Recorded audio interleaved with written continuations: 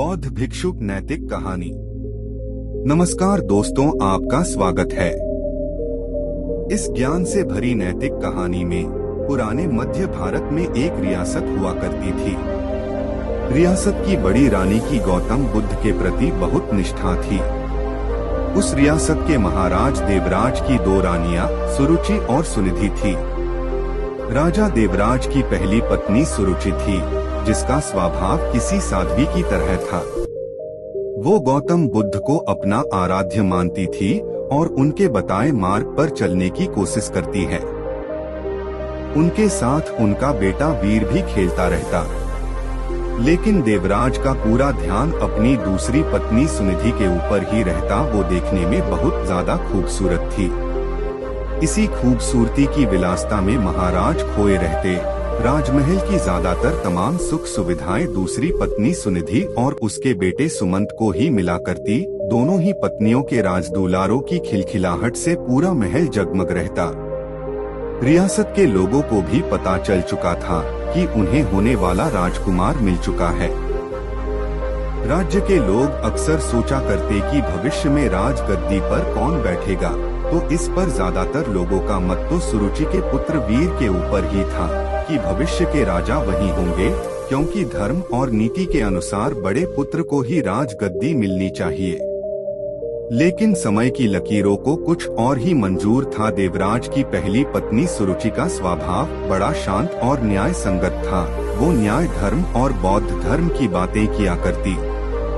माँ की संगत पाकर बेटा वीर भी उसी स्वभाव का हो गया था। वीर अब बड़ा हो रहा था। उसका स्वभाव ऐसा हो गया कि उसे जो भी मिलता वो भी माँ की तरह संतोष कर लेता। समय का चक्र चलता है और एक दिन रियासत का दरबार सजा हुआ था। उसी दिन भावी राजकुमार के नाम की घोषणा भी की जानी थी। सभी इस बात को लेकर आत्मविश्वासी हुए पड़े थे कि होने वाला राजकुमार वीर ही होगा। महाराज अपनी पत्नी सुनिधि के साथ सिंहासन पर बैठे हुए थे। महाराज छोटे बेटे सुमंत को दुलार रहे थे। वहीं वीर अपनी मां सुरुचि के साथ दरबार में बैठा हुआ था। सभी पुरोहितों ने वीर की मां को बता दिया था कि आज राज दरबार में वीर के राज तिलक की पूजा है, उसे तैयार करके लाना। वीर की मां सुरुचि ने भी बड़े दुलार से अपने बेटे को तैयार किया और ईश्वर के सामने प्रार्थना की और माथा टिकवाया। महल में शंख बजने शुरू हुए। पुरोहितों ने वीर का नाम भी लिया। बालक वीर सौम्य अंदाज में पिता की गद्दी की तरफ बढ़ा और अपने पिता का आशीर्वाद लिया। पिता आशीर्वाद देने के लिए हाथ उठाते कि दूसरी रानी सुनिधि ने पीछे धकेल दिया। वीर की आंखों से आंसू गिरने लगे। भरे राज दरबार में गुस्से से लाल रानी सुनिधि ने वीर की कलाई को मोड़ दिया था। उन्हें सिंहासन पर पहुंचने से रोक दिया। फिर सुनिधि ने अपने कड़े शब्दों और सख्त आवाज में कहा कि तुम इस सिंहासन और महाराज की गोद में बैठ नहीं सकते। सिंहासन में बैठने वाला काबिल हो या ना हो, वो चहेती रानी का पुत्र ही होना चाहिए। तुम दासी के बराबर वाली रानी के पुत्र हो। सिंहासन पर मेरा पुत्र सुमंत ही बैठेगा और जो सिंहासन पर बैठेगा जनता उसी को राजकुमार मानकर आदर सम्मान देगी। तुम जाओ अपनी माता के पास और बुद्ध की सेवा करो। मेरे रहते तुम्हें आत्म सम्मान कभी नहीं मिल सकता।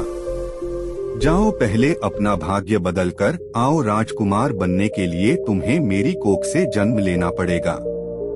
यह सब सुनकर पूरा राज दरबार हक्का बक्का रह गया। सबको आश्चर्य भरी नजरों से महाराज देवराज की ओर देखे जा रहे थे कि महाराज कुछ बोल क्यों नहीं रहे। लेकिन महाराज बोलते भी क्या, वे नजरें झुकाए बैठे थे, क्योंकि उनकी आंखों और मन पर तो रानी सुनिधि की खूबसूरती और विलासता का पर्दा पड़ा हुआ था। ऐसे में भला वो रानी का विद्रोह कैसे कर सकते थे? अगर वो रानी का विद्रोह करते तो उनकी विलासता भरी रातें कैसे रंगीन होती, खूबसूरत जिस्म का आनंद लेने से वंचित हो जाते। वीर को अपनी सौतेली माँ की बातों से ज्यादा बुरा अपने पिता के चुप रहने का लगा। कुछ देर बाद वो राजमहल के बाहर चला गया। संध्या आरती का समय हो चला था। वीर की माँ सुरुचि ने वीर को अपने पास बुलाया। वीर का चेहरा देखकर वो घबरा गई। वीर ने उनसे कहा कि माँ, पिताजी हमारे साथ ऐसा क्यों करते हैं? अब हमारा क्या होगा? क्या मुझे कभी किसी का मान सम्मान प्राप्त नहीं हो पाएगा? जवाब देते हुए वीर की माँ ने अपनी उंगली से मंदिर की तरफ इशारा किया। यह कमरा कुछ दूरी पर था और इसमें महात्मा बुद्ध की प्रतिमा मूर्ति रखी हुई थी। वीर ने इशारा करते हुए पूछा, वहाँ क्या है माँ? जवाब देते हुए माँ बोली, वो महात्मा बुद्ध है, वही तुम्हें सिद्ध बनाएंगे। उनकी शरण में जाओ बेटा।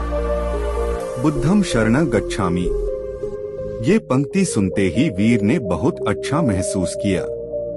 सुरुचि बोली, बेटे, तुम्हारे लिए इस सिंहासन से भी कहीं बड़ा और आगे का सिंहासन बना हुआ है।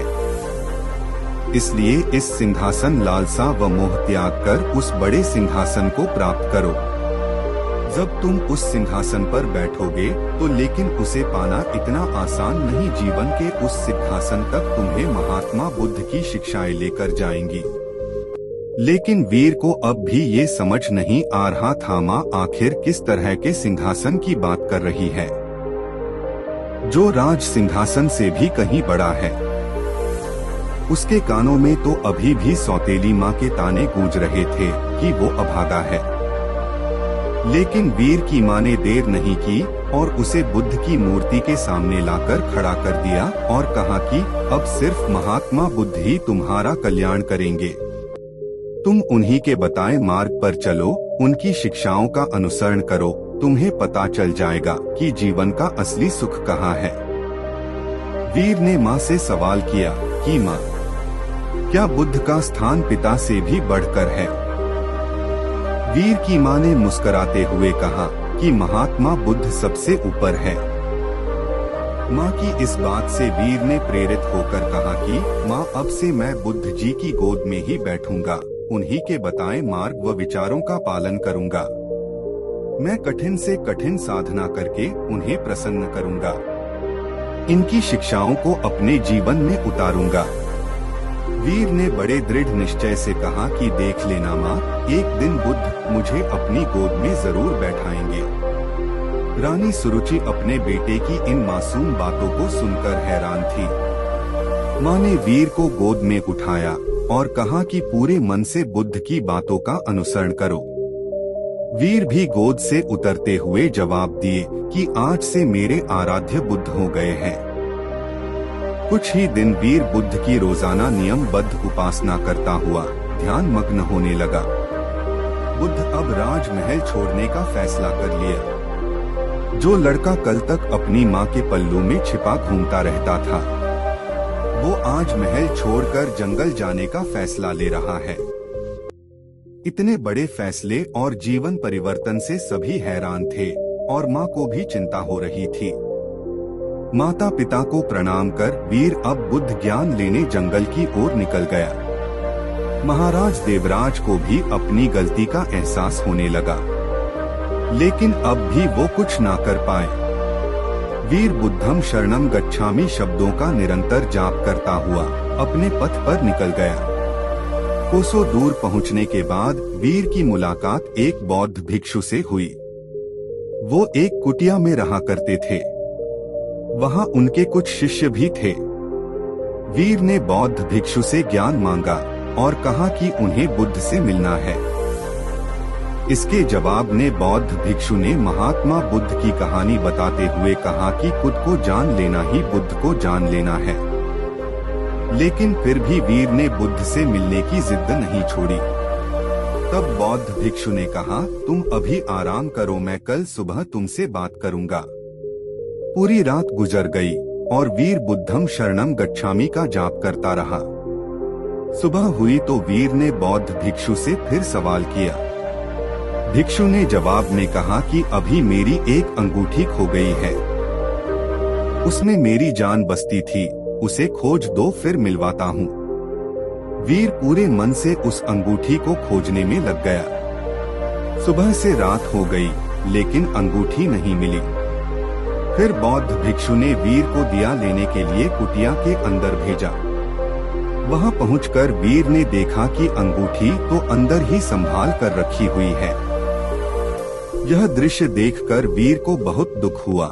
उसने बौद्ध भिक्षु से कहा कि जब आपने अंगूठी को अंदर ही रखा हुआ था तो आपने मुझसे बाहर क्यों तलाश करवाया।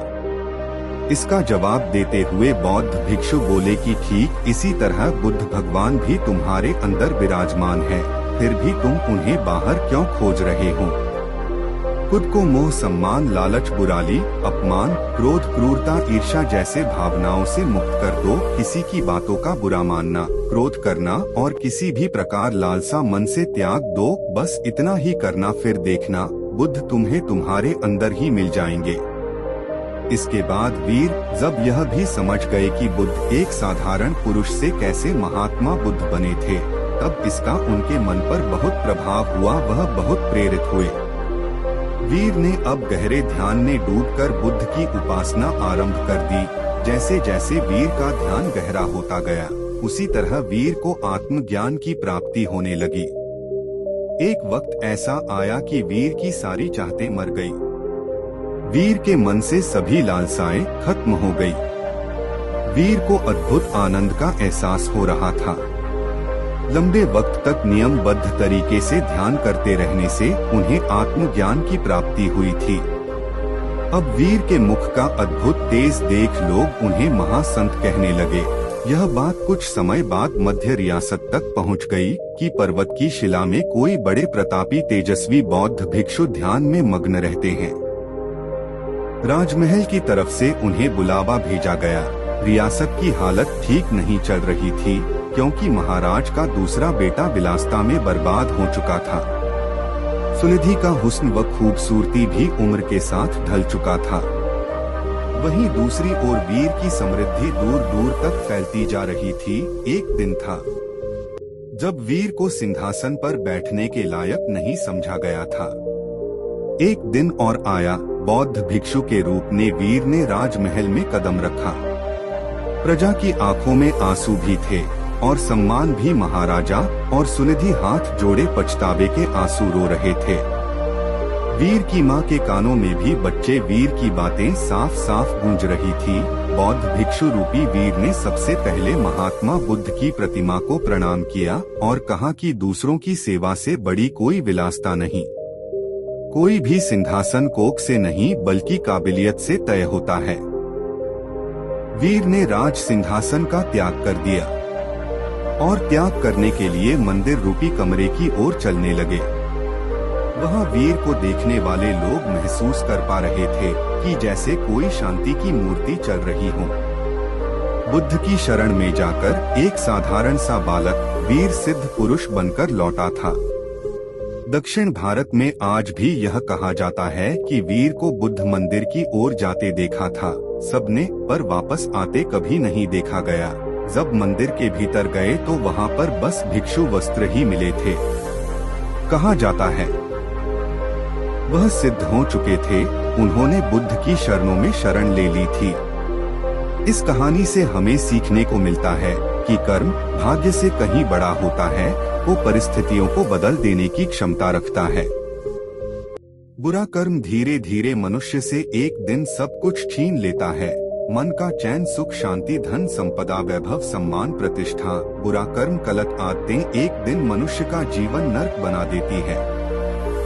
इस कहानी से हमें यही सीखने को मिलता है कि ईश्वर सभी के अंदर, इसकी खोज स्वयं में करें। ईश्वर की मौजूदगी का एहसास जरूर होगा।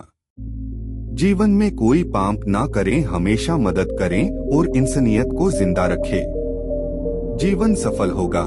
दोस्तों, आपको यह कहानी कैसी लगी कमेंट करके बताएं और अपने दोस्तों के साथ शेयर करें।